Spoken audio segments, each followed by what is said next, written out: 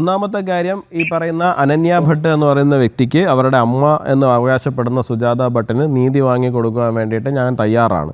പക്ഷേ എനിക്ക് അതിനകത്ത് ആദ്യം അറിയേണ്ട 1-2 കാര്യങ്ങളുണ്ട്. ഈ MBBS ശരി, ഓക്കെ, MBBS കൂടെ ഒന്നും വരേണ്ട കാര്യമല്ല. ഞാൻ പറയുന്ന കാര്യങ്ങൾ എനിക്ക് തന്നാൽ മാത്രം മതി. ഒന്ന്, ഇവർ MBBS പഠിച്ചു എന്ന് പറയുന്നുണ്ട്. അപ്പോൾ MBBS പഠിച്ചു എന്ന് പറയുന്ന ആ കോളേജിൽ ഇങ്ങനെ ഒരു വിദ്യാർത്ഥി ഉണ്ടായിരുന്നുവെന്നും അവരുടെ അഡ്മിഷൻ നമ്പർ ഇത്രയായിരുന്നുവെന്നും അവരവിടെ സബ്മിറ്റ് ചെയ്തിരിക്കുന്ന അവരുടെ അതിന് മുമ്പ് പഠിച്ചിരിക്കുന്ന ഉണ്ടാവുമല്ലോ, തീർച്ചയായിട്ടും അപ്പോൾ +2 അല്ല പ്രീ ഡിഗ്രി ആയിരുന്നിരിക്കും. അപ്പോൾ പ്രീ ഡിഗ്രിക്ക് ഇതാണ് പഠിച്ചിരുന്നതെന്നും അവർക്ക് മെഡിക്കൽ എൻട്രൻസിന് ഇത്ര റാങ്ക് കിട്ടിയിട്ടുണ്ടായിരുന്നുവെന്നും തീർച്ചയായിട്ടും അവിടെ ഒരു ആപ്ലിക്കേഷൻ എത്തുന്ന സമയത്ത് ആപ്ലിക്കേഷനിൽ ഈ പറയുന്ന അനന്യ ഭട്ടിൻ്റെ ഒരു ഫോട്ടോ ഉൾപ്പെടെ ഉണ്ടാവണം. തീർച്ചയായിട്ടും നമ്മളിപ്പോൾ എത്ര വർഷം പുറകിലേക്ക് പോയിരുന്നാലും ശരി തന്നെയാണ്. പർട്ടിക്കുലർലി പിന്നീട് ഡിജിറ്റലൈസ് ചെയ്തിരുന്നത് കൊണ്ട് തന്നെ ഹാർഡ് കോപ്പി ഒന്നും തന്നെ കീപ്പ് ചെയ്യേണ്ട കാര്യമില്ല. എല്ലാ പർട്ടിക്കുലർലി MBBS പോലെയൊക്കെ പഠിപ്പിക്കുന്ന ഒരു മെഡിക്കൽ കോളേജ് സംവിധാനങ്ങളൊക്കെ ആകുന്ന സമയത്ത് തീർച്ചയായിട്ടും അവിടെ അവരുടെ സോഫ്റ്റ് കോപ്പി ഉൾപ്പെടെയുള്ള കാര്യങ്ങൾ കാലാകാലങ്ങളായിട്ട് അവിടെ ഉണ്ടായിരുന്ന ആൾക്കാരുടെ ഡേറ്റ അവിടെ ഉണ്ടാവും. അതുമാത്രമല്ല, ഇനി അത് കൊണ്ടുവരാൻ ബുദ്ധിമുട്ടാണ് എന്നുണ്ടെങ്കിൽ ഈ അനന്യ ഭട്ടിൻ്റെ ഒപ്പം MBBS പഠിച്ചിട്ടുള്ള ആൾക്കാരുണ്ടാവും, അല്ല അവർക്കൊപ്പം പ്രീ ഡിഗ്രിക്ക് പഠിച്ചിട്ടുള്ള ആളുണ്ടാവും, അല്ല അവരുടെ ഒപ്പം എൻട്രൻസ് കോച്ചിങ്ങിന് പഠിച്ചിട്ടുള്ള ആളുണ്ടാവും, അവർക്കൊപ്പം 10ാം ക്ലാസ് വരെ പഠിച്ചിട്ടുള്ള ആൾക്കാരുണ്ടാവും. അവരെ ആരെങ്കിലുമൊക്കെ താങ്കൾ കൊണ്ടുവരികയും ഞങ്ങളുടെ സുഹൃത്തായിട്ടുള്ള അല്ലെങ്കിൽ ഞങ്ങൾ പഠിപ്പിച്ചിരുന്ന അല്ലെങ്കിൽ ഞങ്ങളുടെ വീടിൻ്റെ അടുത്ത് താമസിച്ചിരുന്ന അനന്യ ഭട്ട് എന്ന് പറയുന്ന വ്യക്തി, ഇതാണ് അവരുടെ ചിത്രം. ഇതുവരെ അനന്യ ഭട്ടിൻ്റെ ഒരു ചിത്രം പോലും നമ്മളാരും കണ്ടിട്ടില്ല. അപ്പോൾ അനന്യ ഭട്ട് ഉണ്ടോ ഇല്ലയോ നമുക്കറിയില്ല. അപ്പോൾ നമ്മൾ തീർച്ചയായിട്ടും അങ്ങോട്ട് ചോദിക്കുകയാണ്, അനന്യ ഭട്ട് എന്ന് പറയുന്ന യഥാർത്ഥ വ്യക്തി ഉണ്ടോ എന്ന് ചോദിക്കുമ്പോൾ അനന്യ ഭട്ട് എന്ന് പറയുന്ന യഥാർത്ഥ വ്യക്തി ഉണ്ട് എന്ന് ക്ലാരിഫൈ ചെയ്യേണ്ടുന്ന അല്ലെങ്കിൽ അതിൻ്റെ എവിഡൻസ് പുറത്തേക്ക് വിടേണ്ടുന്ന ബാധ്യത അനന്യ ഭട്ട് മിസ്സായി എന്ന് പറയുന്ന ആൾക്കാർക്കാണ്. ഇന്നും ഞാൻ ഉച്ചയായ സമയത്ത് ഒരു പ്രമുഖ മാധ്യമത്തിൻ്റെ ഓൺലൈനിൽ അനന്യ ഭട്ടിനെ സംബന്ധിച്ചിട്ടുള്ള വാർത്ത വരുന്ന സമയത്ത് ഒരു AI ജനറേറ്റഡ് ആയിട്ടുള്ള ഏതോ ഒരു പെൺകുട്ടിയുടെ ഇമേജാണ് കൊടുത്തിരിക്കുന്നത്, AI ജനറേറ്റഡ് ആയിട്ടുള്ള ഇമേജ്. അപ്പോൾ ഞാൻ അതിൻ്റെ താഴെയും കമൻറ്റ് ചെയ്ത് ചോദിച്ചായിരുന്നു, ഈ അനന്യ ഭട്ടിന് യഥാർത്ഥ ഫോട്ടോ ഒന്നും ഇല്ലേ? അവരെവിടെയെങ്കിലുമൊക്കെ പഠിച്ചിട്ടുള്ള ആളാണ് എന്നുണ്ടെങ്കിൽ തീർച്ചയായിട്ടും അവരുടെ ഒരു ചിത്രമെങ്കിലും ഉണ്ടാവില്ലേ? അവർ ഈ ഒരു MBBS പോയി പഠിച്ച ഒരാളല്ലേ? അപ്പോൾ തീർച്ചയായിട്ടും അവരുടെ ഒരു ഫോട്ടോ എവിടെയെങ്കിലും ഉണ്ടാവണ്ടേ? അവർ സ്കൂളിൽ പഠിച്ചതിൻ്റെയോ കോളേജിൽ പഠിച്ചതിൻ്റെയോ വീട്ടിൽ നിന്നെടുത്തതിൻ്റെയോ എവിടെയെങ്കിലും ഒന്നുണ്ടാവണ്ടേ? ഈ അമ്മ എന്ന് അവകാശപ്പെടുന്ന സുജാത ഭട്ട് അത്രയ്ക്ക് അൺഎഡ്യൂക്കേറ്റഡ് ആയിട്ടുള്ള ലിറ്ററസി ഒന്നും ഇല്ലാത്ത ആളൊന്നും അല്ല. അവരവകാശപ്പെടുന്നതനുസരിച്ചിട്ട് അവർ CBIയിൽ സ്റ്റെനോഗ്രാഫറായിട്ട് വർക്ക് ചെയ്തു എന്നാണ് പറയുന്നത്.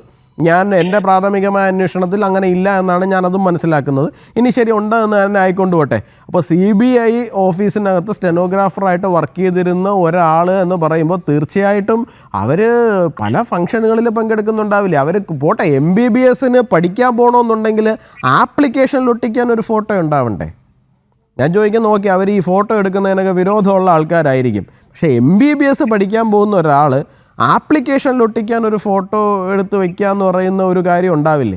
അപ്പോൾ അതുപോലും ഇല്ലേ അവരുടെ കയ്യിൽ? അപ്പോൾ ഇതെന്ത് തരം സ്റ്റോറിയാണ് ഈ പറഞ്ഞുകൊണ്ട് വരുന്നത്? ഇനി പോട്ടെ, അവിടെ 100 കണക്കിന് മൃതദേഹങ്ങൾ, അത് ഏതാണ്ട് 1000 വരെ ഇടയ്ക്ക് എത്തിയായിരുന്നു. പിന്നെ കുറഞ്ഞു ഒന്നും കിട്ടുന്നില്ല എന്ന് കണ്ടപ്പോൾ കുറഞ്ഞു വന്നതാണ്. ഈ 100 കണക്കിന് മൃതദേഹങ്ങൾ കുഴിച്ചിട്ടു എന്ന് പറയുന്നിടത്ത് നമുക്കൊരു 10 മൃതദേഹത്തിൻ്റെതെങ്കിലും കിട്ടണ്ടേ? ഇപ്പോൾ കിട്ടിയിരിക്കുന്ന അസ്ഥി കഷ്ണങ്ങളെല്ലാം കൂടി ഫോറൻസിക്കിൽ അയച്ച് നോക്കുന്ന സമയത്ത് അത് പുരുഷൻ്റെതാണ് എന്നാണ് നമ്മൾ മനസ്സിലാക്കുന്നത്. ഇപ്പോൾ ഈ ശുചീകരണ തൊഴിലാളിയായിട്ടുള്ള ഒരാൾ തലയോട്ടിയും കൊണ്ട് ആര് പറഞ്ഞു ഇത് പുരുഷൻ്റെതാണെന്നുള്ളത്? അല്ല, മനാഫ് ഒരു കാര്യം ചെയ്യും, ഞങ്ങൾ എന്ത് പറയണമെന്ന് എഴുതി തരും. ഞാൻ പറയുന്നത് ഞങ്ങൾക്ക് വാർത്താ മാധ്യമങ്ങളിൽ നിന്ന് കിട്ടുന്ന റിപ്പോർട്ട് വെച്ചിട്ട് മാത്രമേ പറയാൻ സാധിക്കുകയുള്ളൂ.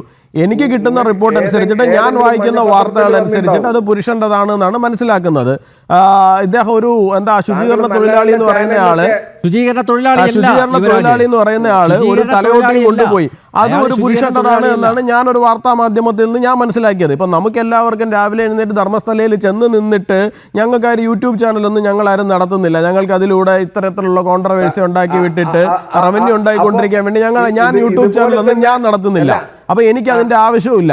അപ്പം നമ്മൾ സ്വാഭാവികമായിട്ടും ഒരു വാർത്ത വരുന്ന സമയത്ത്, ഞാൻ കംപ്ലീറ്റ് ചെയ്യട്ടെ, നമ്മളൊരു വാർത്ത നീതി വാങ്ങിത്തരാനാണ് ഞാൻ ചോദിക്കുന്നത്.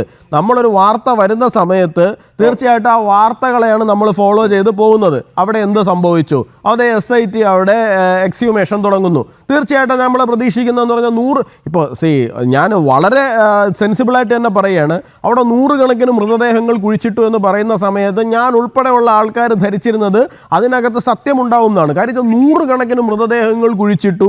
അതും വളരെ കൺവിൻസിംഗ് ആയിട്ട് 1980-കൾ മുതൽ 2000-ന്റെ തുടക്കം വരെ എന്നൊക്കെ പറയുന്ന സമയത്ത് 20 വർഷങ്ങൾ കൊണ്ട് 100-100 ചില്ലുവാൻ ആൾക്കാരെയൊക്കെ അവർ ചിലപ്പോൾ അവിടെ സംഭവിച്ചിട്ടുണ്ടാവും. എന്നാലും ധർമ്മസ്ഥല പോലൊരു സ്ഥലത്ത് ഇതൊക്കെ സംഭവിച്ചല്ലോ എന്ന് പറയുന്ന ഒരു അവസ്ഥയിലായിരുന്നു. അപ്പോൾ അവിടെ SIT ഉണ്ടാക്കുന്നു. നിങ്ങൾ മനസ്സിലാക്കേണ്ടുന്ന ഒരു കാര്യം എന്ന് പറയുന്നത് അല്ലല്ല, നിങ്ങൾ അവിടെ അടങ്ങിയിരിക്കുന്ന, ഞാൻ പറഞ്ഞു തീർക്കട്ടെ, ഞാൻ പറഞ്ഞു തീർത്തില്ല, അവിടെ അടങ്ങിയിരിക്കും. അവിടെ സിദ്ധരാമയ്യ എന്ന് പറയുന്ന ആള് ഏറ്റവും വലിയ ഹിന്ദു വിരുദ്ധ മുഖങ്ങളിൽ ഒരാളായിട്ടുള്ള ആളാണ് നമ്മുടെ സിദ്ധരാമയ്യ എന്ന് പറയുന്ന ആൾ. ഇപ്പോൾ നേരത്തെ തുടക്കത്തിൽ സുരേഷ് ജി പറഞ്ഞതുപോലെ തന്നെ അവിടെ ഓൾറെഡി DK ശിവകുമാറും സിദ്ധരാമയ്യയും തമ്മിലുള്ള ഒരു പോരാട്ടം നടന്നുകൊണ്ടിരിക്കുന്നുണ്ട്. ശിവകുമാർ കുറച്ചൊരു വേറൊരു ട്രാക്കിൽ പോകുന്ന ആൾ. സിദ്ധരാമയ്യ ഒരു കർണാടക പൊളിറ്റിക്സിനകത്ത് ഇടപെട്ടിട്ടുള്ള ആൾക്കാർക്കറിയാം വലിയൊരു ഹിന്ദു വിരുദ്ധ മുഖമായിട്ടാണ് അദ്ദേഹം എല്ലാ കാലഘട്ടങ്ങളിലും നിന്നിട്ടുള്ളത്. എന്ത് വിഷയം വന്നാലും ഒരു ആൻറ്റി ഹിന്ദു നിലപാടെടുക്കുക എന്നുള്ളതാണ് സിദ്ധരാമയ്യ ചെയ്തിട്ടുള്ളത്. അപ്പോൾ തീർച്ചയായിട്ടും അങ്ങനെ ഒരു മുഖ്യമന്ത്രിയുടെ കീഴിൽ അവിടെ ഭരണം നടക്കുന്ന സമയത്ത് ധർമ്മസ്ഥലയിൽ 100 കണക്കിന് ആൾക്കാരെ കൊന്നു കുഴിച്ചു മൂടിയിട്ടുണ്ട് എന്നുണ്ടെങ്കിൽ അവിടെ നിന്ന് എന്തെങ്കിലുമൊക്കെ അവിടെ സ്വാഭാവികമായിട്ട് ഏത് തലത്തിലായിരിക്കും ആ ഗവൺമെൻറ്റിൻ്റെ സമീപനം ഉണ്ടാകുക എന്നുള്ളതിനെ കുറിച്ചിട്ട് നമുക്ക് നല്ല ധാരണയുണ്ട്. അവിടെ ഇത്രയധികം ഈ പറയുന്ന യൂട്യൂബർമാർ മുഴുവനുണ്ട്, ഇത്രയധികം വാർത്താ ചാനലുകളുണ്ട്, ഇത്രയും സംവിധാനങ്ങളുണ്ട്, SIT രൂപീകരിക്കുന്നുണ്ട്, മോണിറ്റർ ചെയ്യാൻ മുകളിൽ അവർക്ക് വിശ്വാസമുള്ളൊരു മുഖ്യമന്ത്രിയുണ്ട്, ഇതെല്ലാം ഉണ്ട്. ഇതെല്ലാം കൊണ്ട് അവിടെ ചെന്ന് ഇത്രയും കുഴിക്കുമ്പോൾ ഒന്നാമത്തെ സൈറ്റിൽ കുഴിച്ചു, ഒന്നും കിട്ടിയില്ല. രണ്ടാമത്തെ സൈറ്റിൽ കുഴിച്ചു, ഒന്നും കിട്ടിയില്ല. ആറാമത്തെ സൈറ്റിൽ നിന്ന് എന്തോ ഒരു സാരിയുടെ പീസ് എന്തോ കിട്ടിയെന്ന് പറയുന്നു. പിന്നെ 1-2 എല്ലും കഷ്ണം കിട്ടിയെന്ന് പറയുന്നുണ്ട്.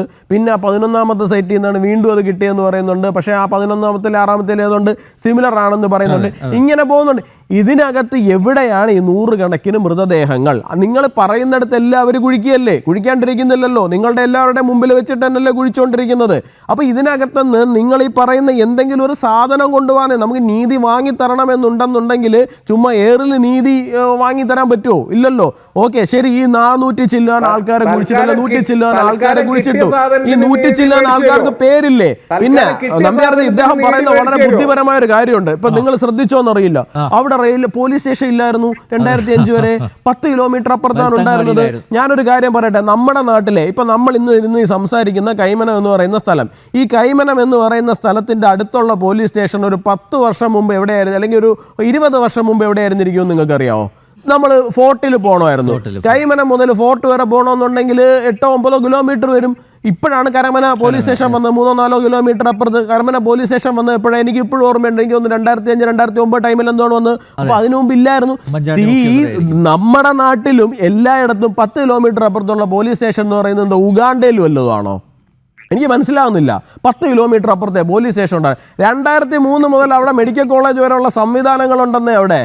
ചുമ്മാ ആൾക്കാരെ പൊട്ടന്മാരാക്കാൻ വേണ്ടിയിട്ട് വന്നിരുന്നിട്ട് ഞാൻ ധർമ്മസ്ഥലയിൽ പോയിട്ടുണ്ട്, എനിക്ക് അവിടുത്തെ അറിയാം. അവിടെ 10 കിലോമീറ്റർ അപ്പുറത്തെ പോലീസ് സ്റ്റേഷൻ എന്ന് പറയുന്നത് കേട്ടോണ്ടിരിക്കുന്ന പൊതുജനങ്ങളെ നിങ്ങളൊന്ന് ചിന്തിച്ചു നോക്ക്. നിങ്ങളുടെ വീട്ടിൻ്റെ അടുത്തുനിന്ന് പോലീസ് സ്റ്റേഷനിലേക്ക് എത്ര ദൂരം വരും എന്നുള്ള കാര്യം. ഒരു 6, 7, 8 കിലോമീറ്റർ ഒക്കെ ഇല്ലാണ്ട് എവിടെയാന്നേ പോലീസ് സ്റ്റേഷൻ എല്ലാവരുടെ വീട്ടിൻ്റെ അടുത്ത് ഓരോ പോലീസ് സ്റ്റേഷൻ കൊണ്ട് വെച്ച് തരാൻ പറ്റുമോ? ഇല്ലല്ലോ. ഒരു 8 കിലോമീറ്റർ ചുറ്റളവിൽ 10 കിലോമീറ്റർ ചുറ്റളവിലൊക്കെ അല്ലേ ഒരു പോലീസ് സ്റ്റേഷൻ ഉണ്ടാവുക നോർമലി. അപ്പൊ ഇത് നമ്മുടെ വീട്ടിൽ നിന്ന് ഒരാളെ കാണാൻ കൊണ്ട് പോയി കഴിഞ്ഞാൽ, ഞാൻ എനിക്ക് കോമൺ സെൻസിൽ ഞാൻ ചോദിക്കുകയാണ്, നമ്മുടെ വീട്ടിൽ നിന്ന് ഒരാളെ കാണാൻ കൊണ്ട് പോയി കഴിഞ്ഞാൽ 10 കിലോമീറ്റർ അപ്പുറത്തെ പോലീസ് സ്റ്റേഷൻ ഉള്ളു കേട്ടോ. അതുകൊണ്ട് ഞാൻ പരാതി കൊടുക്കുന്നില്ല എന്ന് പറഞ്ഞ ആരെങ്കിലും വീട്ടിൽ ഇരിക്കുമോ? അത് 100 കണക്കിന് ആൾക്കാർ.